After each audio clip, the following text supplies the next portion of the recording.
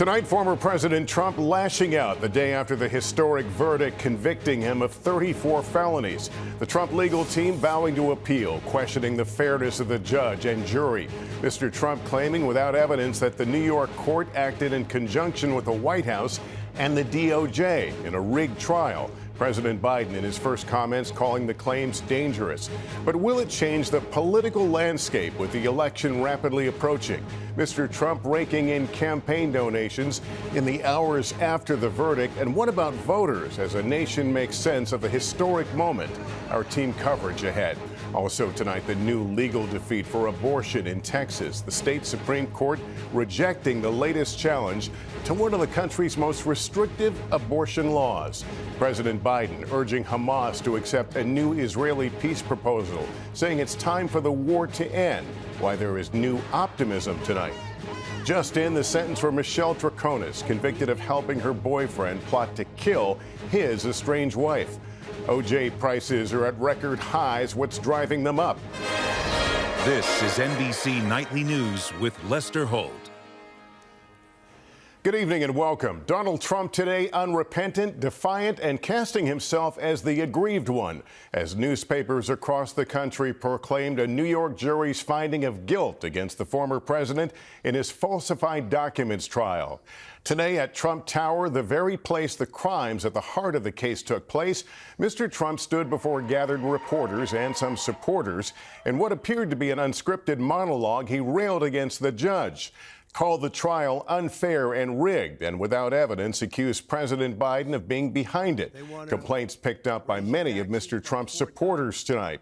President Biden, in his first post-verdict comments, pointed out the jury's unanimous verdict and warned it is reckless to say the system is rigged. It's where we begin tonight with Hallie Jackson. Donald Trump, defiant as ever, railing against the dubious history he's made as the first former president convicted of felonies. If they can do this to me, they can do this to anyone. As supporters outside Trump Tower flew a flag reading Trump or death, inside, Mr. Trump insisted he'd wanted to take the stand in his own defense. He had the choice and chose not to. I wanted to testify. The theory is you never testify, because as soon as you testify, anybody, if it were George Washington, don't testify, because they'll get you on something that you said slightly wrong. Then, a laundry list of false claims, grudges, and grievances, including against the Democratic prosecutor who won the case against him.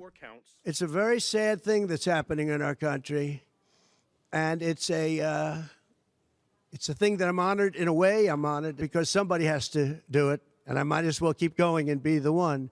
The verdict galvanizing the GOP behind him, the Trump campaign saying they raised a massive $35 million online in the hours after the conviction came down. And with Republicans rallying around him, there's virtually no chance he'll be kicked off the presidential ticket. This was a political smear job. This was an attack job.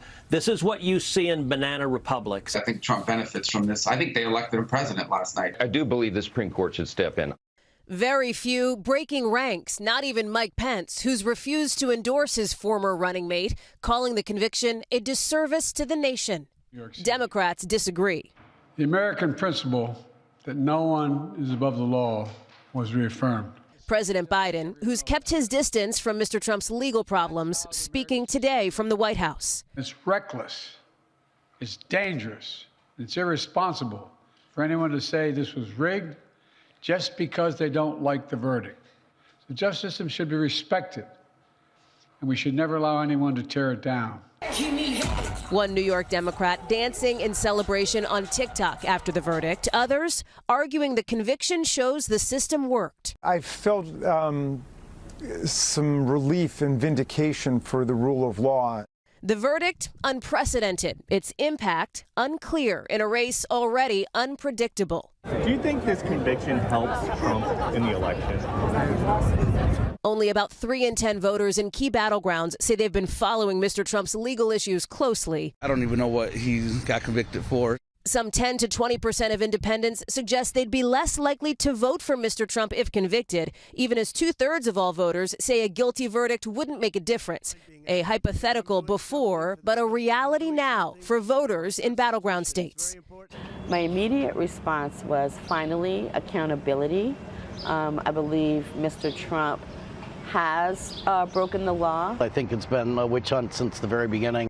Hallie joining me here in the studio. The former president's sentencing is going to come at a very critical moment. That's right, Lester. Just 4 days before the start of the Republican convention, where he's expected to accept the nomination. And once he does, a U.S. official tells NBC News, despite Mr. Trump's conviction, he is still likely to receive those intelligence briefings traditional for presidential nominees. All right. We're also joined by our senior legal correspondent, Laura Jarrett. We've had a day to absorb all this. Where does this case go from here? Yes, Lester. A lot of focus today on the gag order. That's the one that bars him from attacking witnesses and others. The judge has not lifted that order, even though the trial is over. And while the verdict came swiftly, any appeal likely taking months, if not more, to resolve. 24 hours after the historic verdict, a vow to challenge it. We're going to be appealing this scam.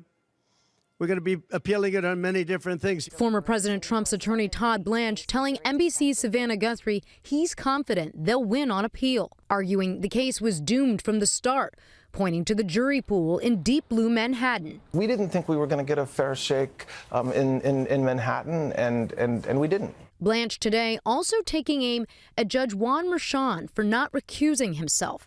Merchan contributed $15 to President Biden's 2020 campaign, and his daughter is a Democratic political consultant. We felt very strongly that there was an actual bias that this judge had.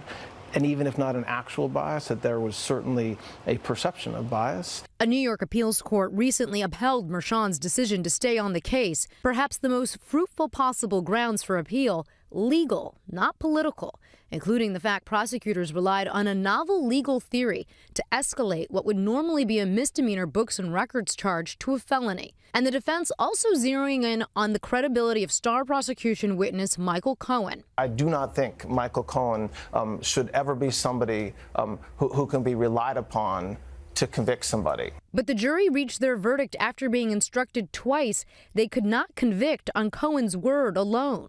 Cohen today reacting to the verdict. I let out just a gasp of air. So this has been a long time coming for accountability. The former president expected back in court for sentencing on July 11th, facing the possibility of up to 4 years in prison. But probation more likely, given the low-level nonviolent felony conviction, his age, and lack of other criminal convictions. Nothing in the Constitution preventing him from running or winning re-election. Laura Jarrett, NBC News, New York. Also tonight, Texas's restrictive abortion law will stand after a legal challenge. It came from women who were denied abortions even though they had serious pregnancy complications. Marissa Parra on the legal fallout. Tonight, the Texas Supreme Court unanimously rejecting the toughest legal challenge yet to the state's strict abortion law, getting rid of a temporary injunction that allowed Texans with complicated pregnancies to get an abortion if their doctor made a, quote, good faith judgment. It's gut-wrenching. Amanda Zarowski and her husband were devastated when they learned their unborn baby would not survive. I thought what they would do is go in and intervene immediately, but she told me that they couldn't because the baby's heart was still beating and I wasn't sick. NBC spoke with her exclusively last year. Because of the law, I very nearly died. Nothing about this is pro-life. Amanda was forced to wait until she was diagnosed with a life-threatening case of sepsis before being provided an abortion, and says vague state law surrounding exemptions put her health and the health of many others at risk. She is one of 22 women represented by the Center for Reproductive Rights who sued the state last year. Doctors are facing a prison term of 99 years in prison. And what is not clear is under what circumstances, how close to death do the women need to be able to be eligible for an abortion. Today's unanimous opinion from the state's Republican justices says the exceptions to prevent a woman's death or serious bodily injury are clear as written. Amanda disagrees. Disappointing isn't the right word for how I felt about the opinion. I am actually infuriated that in the justices' decision. But John Seago, president of Texas Right to Life, who helped craft the Texas Heartbeat Act, agrees with the court. The court really was faithful to the law and clarified, exactly what the law says and how it should be interpreted. The ruling marking yet another chapter in post-Roe America and a tricky legal roadmap surrounding pregnancy. Marissa Parra, NBC News. Almost 8 months since the Hamas terror attacks that sparked the war in Gaza, President Biden is calling on Hamas to accept the latest Israeli proposal for a ceasefire. And tonight, a somewhat positive reaction from Hamas. Kelly O'Donnell has more. Today, President Biden made a new and explicit call for peace in Gaza. It's time for this war to end. Endorsing an Israeli-backed three-stage proposal that would return hostages, release Palestinian prisoners, and lead to an immediate 6-week ceasefire. The president said Israel's military has accomplished a key goal after the Hamas terror attack. Hamas no longer is capable of carrying out another October 7th, which is one of Israel's main objectives in this war, and quite frankly, a righteous one. The plan would withdraw Israeli forces from populated areas and ultimately include a major reconstruction of Gaza. The president with a blunt message to Hamas.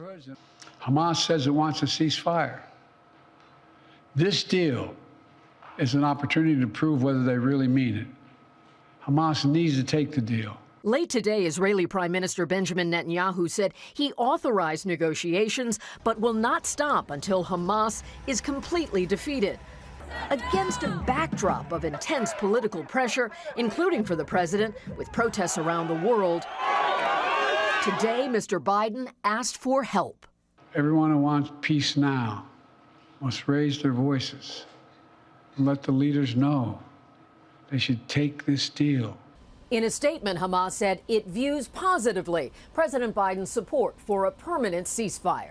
Lester? All right, Kelly, thank you. And just in, Michelle Troconis was sentenced to 20 years in prison for helping her boyfriend plot and cover up the murder of his wife, Jennifer Dulos. Emily Aketa has details. 5 years since Connecticut mother Jennifer Dulos' disappearance. Tonight, the woman convicted of helping plan and cover up her killing alongside Dulos' estranged husband now knows her fate. The judge sentenced Michelle Troconis to 20 years in prison. Suspended after 14.5 years, 5 years probation. Following heart-wrenching statements from Dulos' family. For years, we searched for her remains, tracking down every lead. Troconis appearing emotional as the victim's daughter spoke, just 10 years old when she lost her mom. Michelle Troconis to me is the reason I feel completely lost and alone on nights when I cannot sleep. She's the reason why I've blocked out my childhood, and that day so much I can barely remember it. Jennifer Dulos went missing in May of 2019. Police quickly zeroed in on her estranged husband, Troconis' boyfriend, who sat down with NBC's Dateline before he was charged with murder and later died by suicide. Fotis, did you have anything to do with Jennifer's disappearance? I did not, but I'd like to leave it at that. Troconis addressing their relationship today in court. I deeply regret ever being in a relationship with Fotis Dulos and bringing my daughter, my family, and myself into our lives, into his life.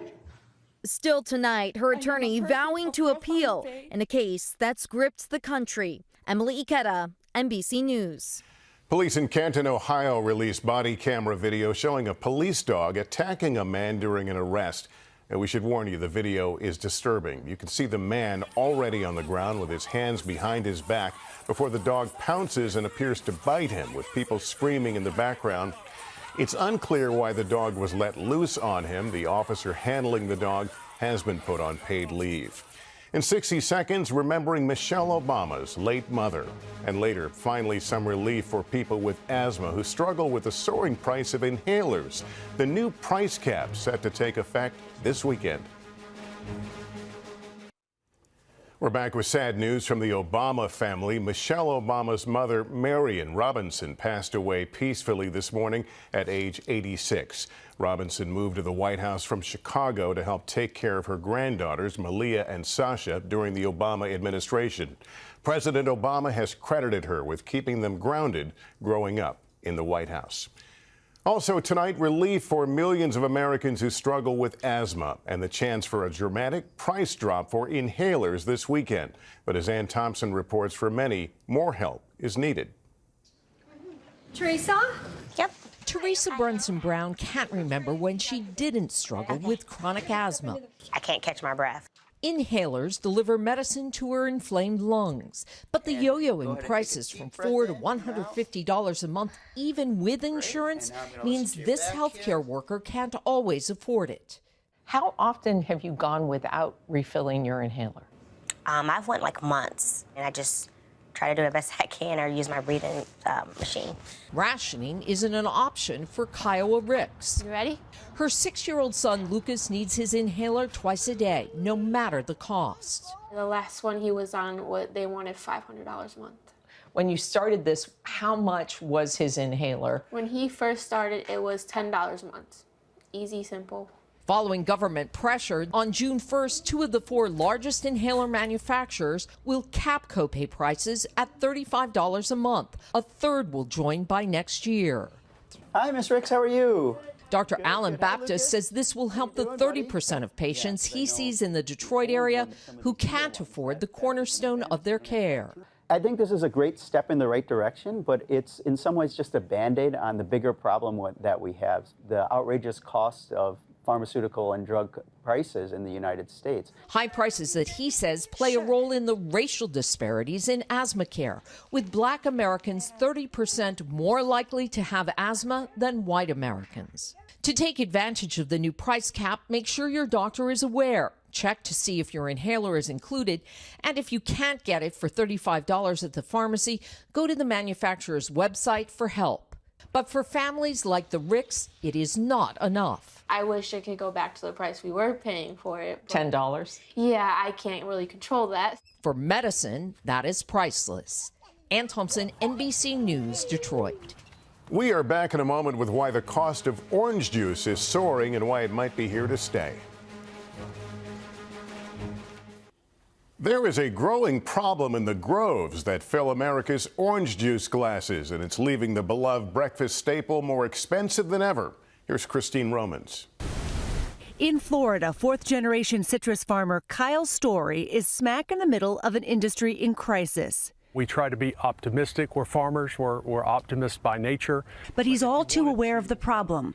Orange juice prices this week hitting all-time highs, up 56% just this year, with little relief in sight.